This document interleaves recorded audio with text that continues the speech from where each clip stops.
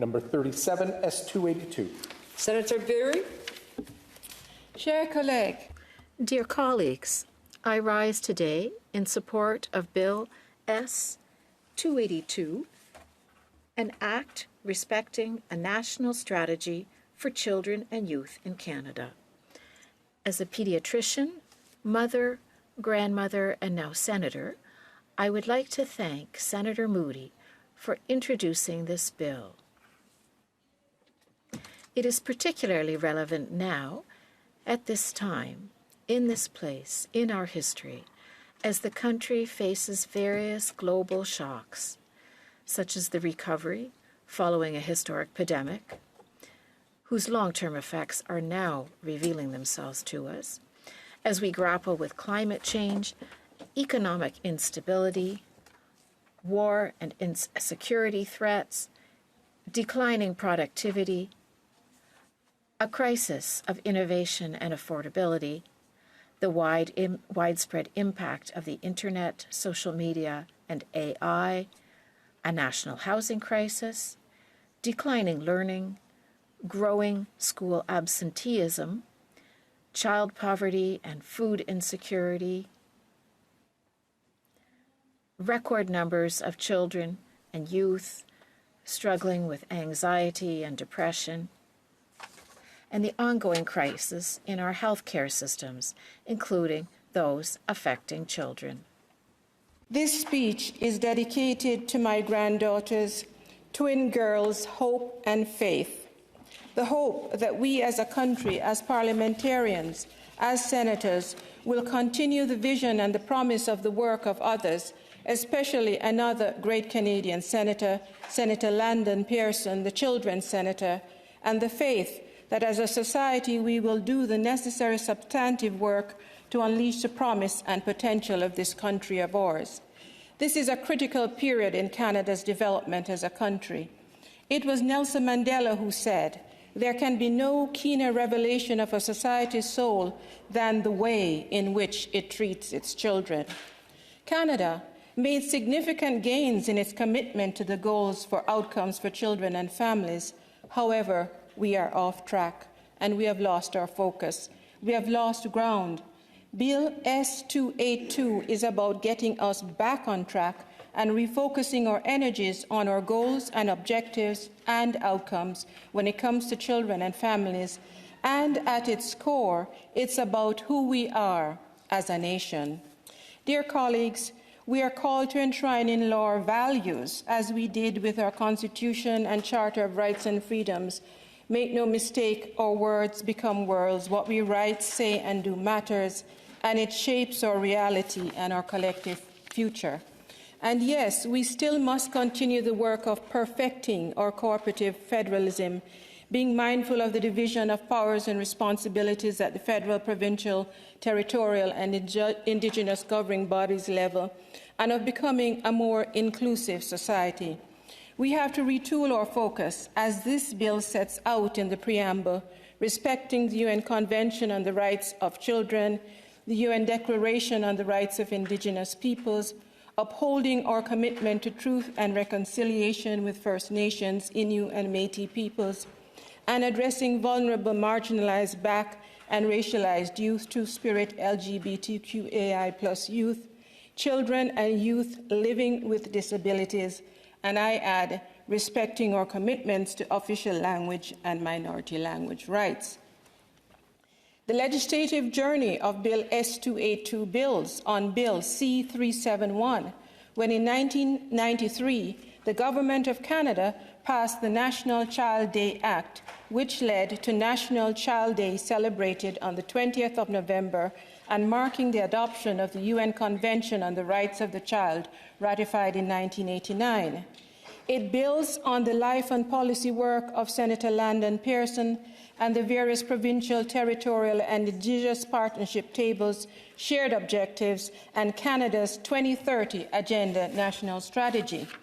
What we need now, colleagues, is to enshrine these ongoing policies and programs that represent our values into law. We have all the ingredients. In making the case for this bill, I propose to share with you some of the work again of Senator Landon Pearson, findings from UNICEF Report Card 18, data trends that are emerging from StatScan SDG Data Hub, a recent report from the Conference Board of Canada, anecdotes from my own professional experience, and I hope to show that the lack of a cohesive strategy and plan is harming our children and costing us trillions of dollars. Dear colleagues, in 2004, Senator Landon Pearson spearheaded the work and release of the Land Report, A Canada Fit for Children. The report set out a roadmap toward a common Canadian vision for children, a plan of action on how to create a Canada fit for children. It set strategies, goals, and actions. The report also pointed out what metrics and outcomes could monitor progress, keep us on track, and ended with an impressive summary of Government of Canada investments and commitments to children. But colleagues, we are off track. Let me share some sobering statistics with you. UNICEF Report Card 18 compares levels of child poverty in the richest countries, the progress they have been making to end child poverty, and how well the policies protect every child from poverty. Canada ranked 19th of 39 countries on child poverty. Over 1 million children are growing up in poverty. These are 2021 figures, and we know that these numbers are increasing. Children have the highest rates of food insecurity among all groups in 2022, which translates to 1.8 million children.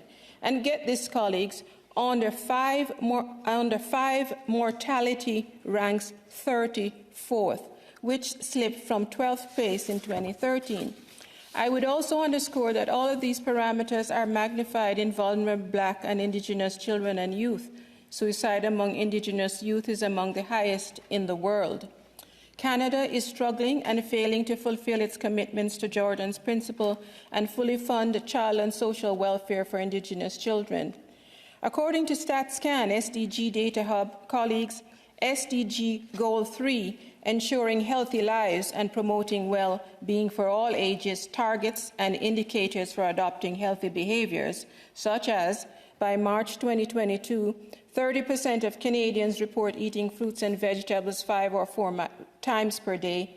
Targets show we are in the red zone and deteriorating.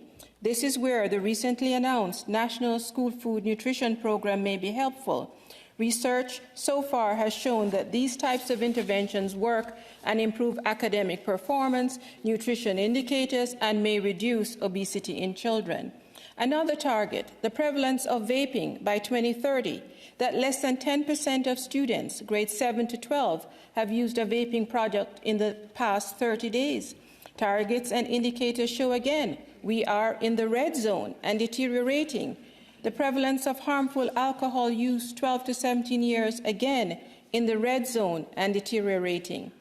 As Senator Greenwood noted in her speech a few weeks ago, Canada has access to a child impact assessment tool, but there are no mandatory requirements for governments to use this tool. This tool has been developed to help governments and non-governmental organizations assess whether policy proposals will improve the well-being of children and youth. It is grounded in a child's rights approach. Senator Greenwood remarks that, and I quote, "If the Government of Canada can mandate gender equality, privacy, and environmental protection in its decision-making processes, then it's time for us to include a child's rights impact assessment." Thank you, Senator Greenwood. It's truly an honor to be working alongside you. Recent reports point to rising rates of school absenteeism in elementary and high school. Having said that, there is no nationally collected data set for school absenteeism in Canada. According to a recent CBC article just a few weeks ago, Maria Rogers, a child psychologist and Canada Research Chair in Child Mental Health and Wellbeing at Carleton University, said, "If we don't have data to show that our children are missing tremendous amounts of school, far more than they have in the past, then it's easy to look the other way." She goes on to say that academic achievement, broadly speaking, is one of the top predictors worldwide of a healthy adulthood. Colleagues, the data and trends are overwhelming. What we are doing is not working. We are at an inflection point, at a crossroads, and we must decide how we're going to meet this challenge and meet the moment. Important recommendations from UNICEF's 18 report card are worth reading. I want to highlight one of these recommendations. Institute a child-focused budgetary tracking system for the allocation and use of resources through the budget. I'm looking right across there. Let me share a few anecdotes from my own experiences. Having dedicated my career to the well-being of children, as many of you have, and having worked in the area of children's mental health for most of my career as a pediatrician, understanding the social determinants of health inclusive of an ecological paradigm, an ecological, biological, and psychosocial approach helped me navigate with patients and families what was the best path forward. When a child was referred to me for behavioral issues, it was important to understand that there were various factors contributing to the child's presentation. Was it a hearing or vision issue? Was it a learning issue? Or perhaps ADHD, along with child poverty, inadequate housing, and or a mother or parent struggling with mental health challenges? This is what allowed me to advocate for the best interests of the child. I will tell you that it was extremely complex because you are dealing with silos of systems within silos of care and the intersection of health, education, social, and justice systems. The situation continues to exist across federal, provincial, territorial governments, agencies. Need some water. And organizations, despite calls for action and partnership agreements. Finally, colleagues, let me just draw your attention to a report from the Conference Board of Canada, Nurturing Minds for Secure Futures, released in December 2023, and the cost of not having a whole society strategy. Key findings include 1.6 million children and youth in Canada are estimated to have a mental health disorder. Without timely investments, the lifetime cost of just one cohort of children with onset of anxiety or depression at the age of 10 is close to $1 trillion. Investments in children's mental health today, with a focus on accessible, inclusive programming for vulnerable populations, can save $28 billion annually. Colleagues, think about this for a minute. Further reports show the positive impact on GDP over time. A key recommendation is develop and fund a pan-Canadian child health strategy with mental health as a key pillar, investing in evidence-informed, outcomes-based programs and creating a national data strategy.